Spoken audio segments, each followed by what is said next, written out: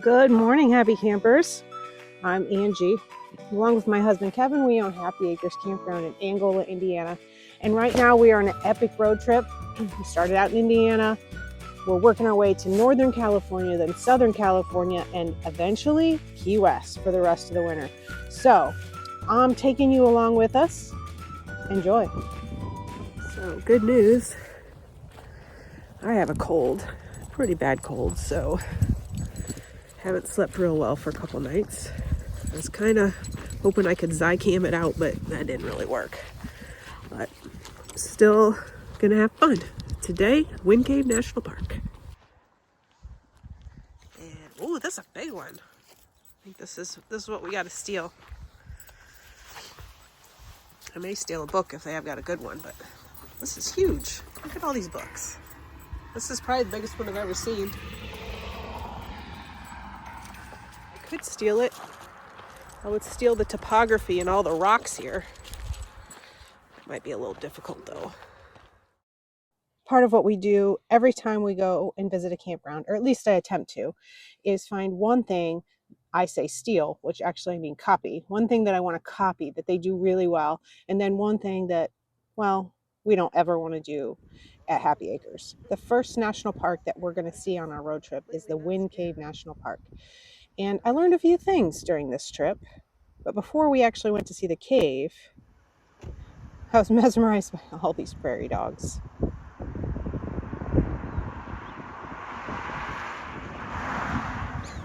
I've only ever seen prairie dogs at the zoo.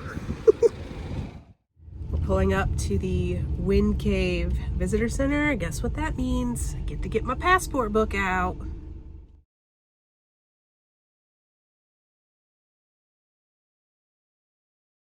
And success.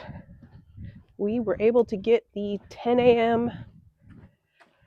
Tour with 10 minutes to spare. So we have to go and put up the curtains or whatever they're called in the windows because I can hear Dexter barking all the way from here. So we need to get them to be quiet. And then we're going to go on our tour. Come to the national parks, Kevin? In the off season. That's right. Because you just walk in 10 minutes before the tour and get in.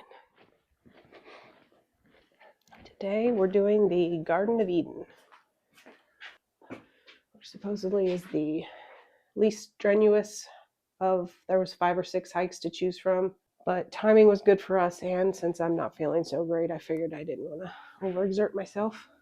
This must be how you get down. Since this is the non-strenuous hike or tour. Result of lava tubes and stuff like that. This one, much more common. This is a result of acid and water working away at the stone that surrounds us. And that stone is called the Paha Sapa limestone formation. Limestone is comprised of ancient sea life. It's about 350 million years. Probably the biggest thing I learned about the Wind Cave National Park, and maybe it's an assumption a lot of people make, is that the cave is not windy. So that's not why they call it that. I didn't realize or ever think about having claustrophobia, but I watched this movie once where this lady got stuck like in rocks like this, and like I feel like I was having a panic attack while I was watching it. Imagine going up through there. Oh yeah, somebody probably climbed There's up there. more up there. In fact, the reason is because there's one natural opening. It's very small, like about 12, 16 inches around.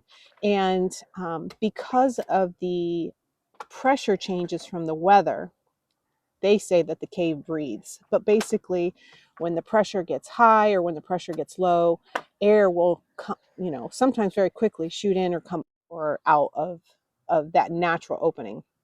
So that is why they call it the wind cave. There's no wind down there. So it's called the Wild Cave Tour, right? Yeah. They have in the summertime where you don't follow the trail, you go off trail down there. And you have to be able to fit through this box in order to go on that tour. They only have it in the summer. So Kevin is going to see if he can fit in the box.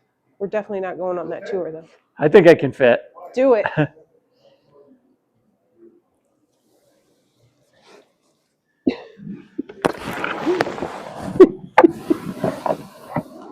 Oh, Definitely tight. oh my goodness.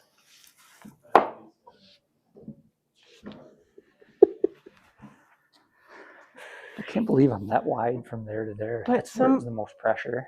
It wasn't side to side. but it's not slippery like that down in the cave. I mean, you were kind of like squeezing Yeah, but I through. could wear something different to do it. I don't know if I'm going to be able to make it. Oh my God. It's not happening. My boobs are too big. There's Boxie. Chilling at Fits. the Wind Cave National Park. Just barely in that parking spot, but she fits. It fits. Enough. That's nice. I didn't even think about that. What? That we wouldn't fit in the parking spots, but Well, I'm sure there's an RV lot here somewhere. Does it require a permit or anything? no. Is this our first BLM land stay? So. Very cool. That's pretty awesome.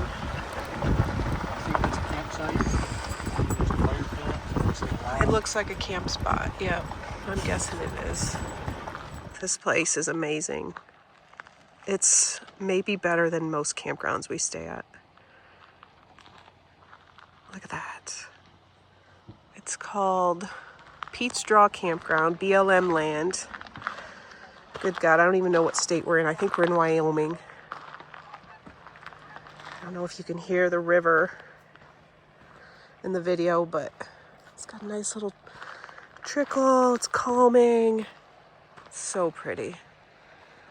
I love these little huts or pavilions or whatever they're called. Cost $10 to stay here. There's no utilities.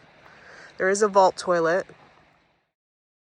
I can't really say what I would steal or copy from the BLM land. Obviously, the beauty is just unparalleled. The isolation and peacefulness, the relaxation is something that in an area like that we're not going to get at Happy Acres. It's certainly a different vibe.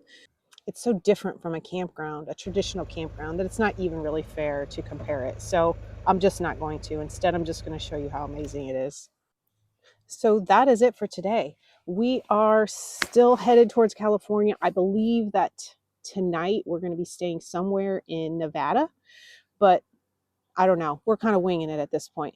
So if you want to see what happens next, if you just love RVing, outdoor adventures, road tripping, chaos with dogs, then make sure you like and subscribe and follow along with our adventure.